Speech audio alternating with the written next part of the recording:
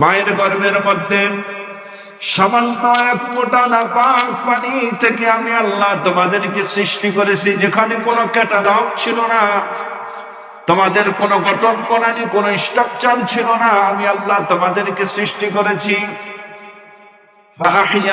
দুনিয়ার একটা সামান্য নির্দিষ্ট একটা হায়াত তোমাদেরকে দিয়েছি। এই হায়াত যখন তোমাদের শেষ হয়ে যাবে, আমি আল্লাহ আবার তোমাদেরকে মৃত্যু দান করব। মৃত্যু হয়ে যাবে।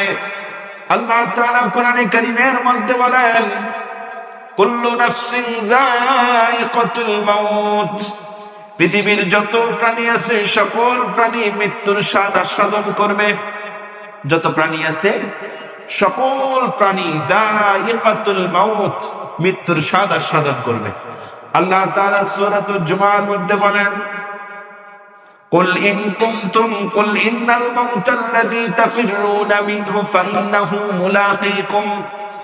এই মৃত্যু থেকে তোমরা কোথায় পলায়ন করো, এই মৃত্যু তোমাদেরকে অবশ্যই তোমাদের সাথে মুলাকাত করবে।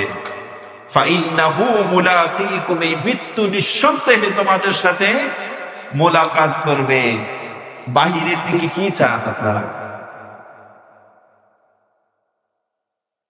তো আল্লাহ তাআলা বলেন, ফাইন্নাহু মুলাকীকুম, মৃত্যু তোমাদের সাথে মুলাকাত করবে।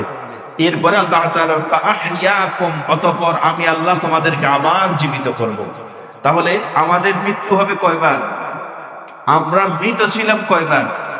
দুইবার। একটা হলো দুনিয়ায় আসার আগে আমরা ছিলাম কি? মৃত। এরপরে দুনিয়ায় আসার পর আল্লাহ তাআলা আমাদেরকে আবার জীবিত করবেন। আমরা জীবিত হব কয়বার?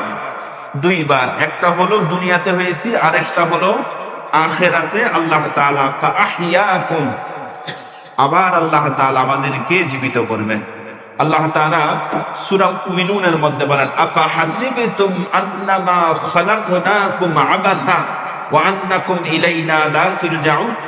দুনিয়ার মানুষ, তোমরা কি এই চিন্তা করে বসে আছো যে আমি আল্লাহ তোমাদেরকে এমনিতেই ছেড়ে দেব?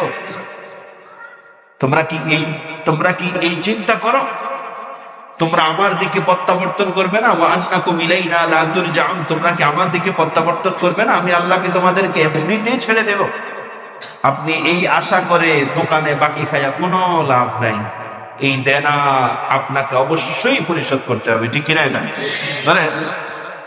ধরেন আমরা এখানে যারা আছি, আমাদের মধ্যে অর্ধেক লোক যদি অস্বীকার করে যে না, হুজুররা যা বলে যে কবর, হাসর, মিজান, পুলসিরাত, এগুলি বলতে কোনো কিছু নাই, আরেক দল বিশ্বাস করে যে না আছে।